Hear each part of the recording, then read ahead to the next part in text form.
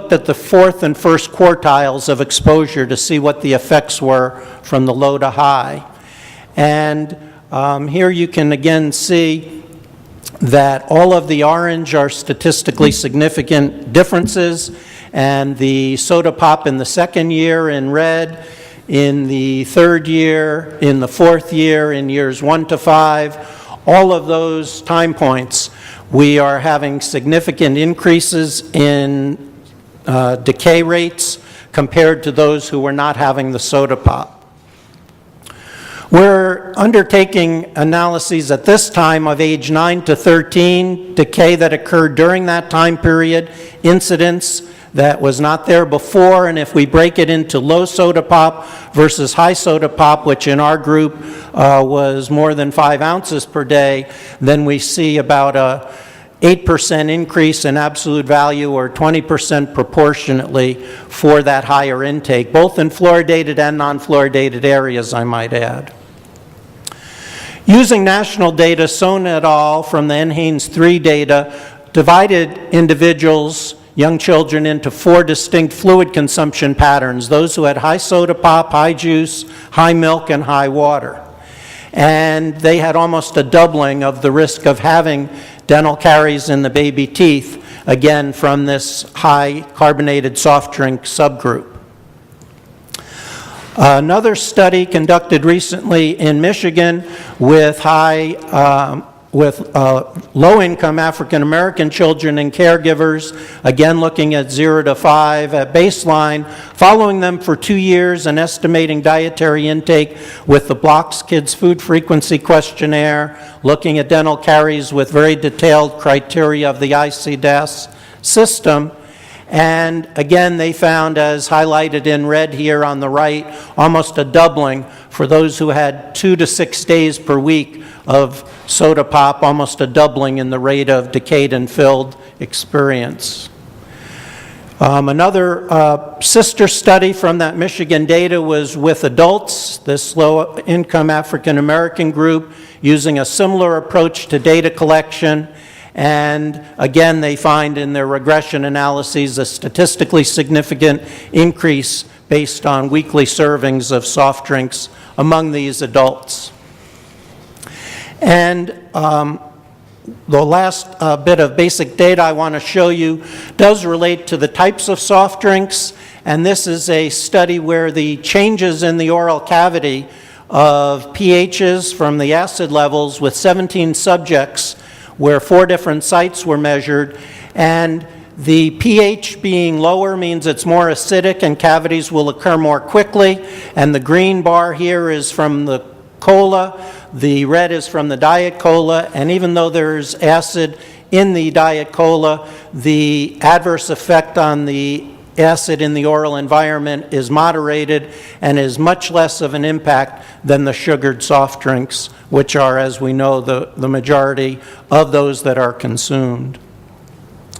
So basically, I want to just conclude by saying, based on these data, the soda and sugared beverages are a key risk factor for dental caries at all ages, and reducing such intake is critically important and will greatly improve oral health and ultimately also reduce dental treatment costs and suffering from dental disease. Thank you very much. Thank you very much. Next, we have Dr. Santos-Cortez. Welcome. Thank you. Good morning, Senator Alquist and Senator Padilla. Thank you for the opportunity to provide testimony today. My name is Dr. Santos-Cortez. I am the chairman of the Government Affairs Council of the California Dental Association. I am a practicing pediatric dentist for the last 31 years. I've also been a volunteer for a safety net clinic in the city that I practice since 1978, and also teach residents in pediatric dentistry through the University of Southern California. I appreciate that you're bringing awareness to an insidious issue that affects many, many children today, and that is the overconsumption of soda and other carbonated drinks, all of which contain a high amount of sugar and or acids. There's no doubt in my mind that these products contribute to childhood obesity and places children and adolescents at a very, very high risk for dental decay. It is well documented at the present time that dental decay is the most common chronic disease in children. And in a 2007 report by the Center for Disease Control and Prevention, it was pointed out that the fastest rise in the rate of tooth decay is in the under 5 years of age group. This is in part due to the high amount of sugar in the diet of children today. This disease, as is childhood obesity, has a lifelong negative implication. It is a complex issue, and dental disease is multifactorial.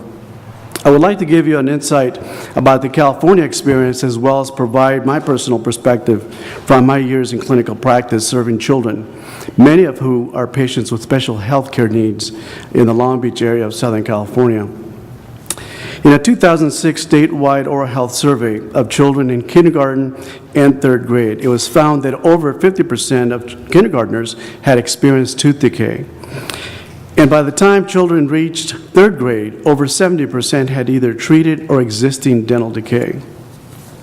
The study by the Dental Health Foundation was also did find that over 28% of these children had untreated dental decay. Many of the children that I treat are insured through government-sponsored programs such as Regional Center, Medi-Cal, Head Start, or Healthy Families program. Like the city where I practice and much of California, my practice has a very diverse population, and my patient base consists of at least 60% Latinos and other minorities. Many of the children I see come from immigrant families. As a volunteer and advisor to the Children's Dental Health Clinic in Long Beach, which is a safety net clinic, I see the same conditions in many of the children that they treat as I do in my practice. Studies show that poor children suffer a disproportionate amount of dental disease because of lack of dental insurance and few programs that they can access for care.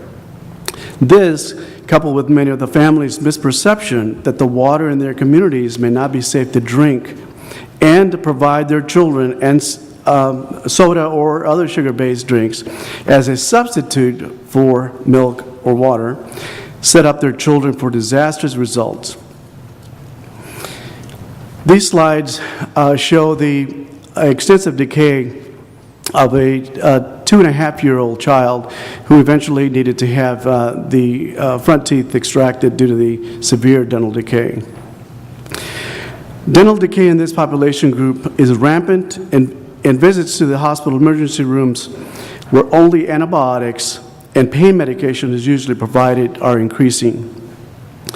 This scenario is repeated hundreds of times and is costly to an already overburdened hospital system.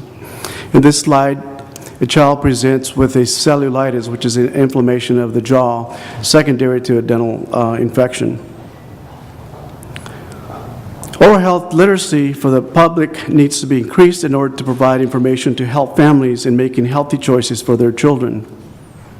I cannot tell you the number of times that I have counseled parents not to give sugary substance, including soda, to a very young child who are still nursing bottle. That means that that's a child that's about 18 months of age to about 3 years of age that are being provided soda in the nursing bottle.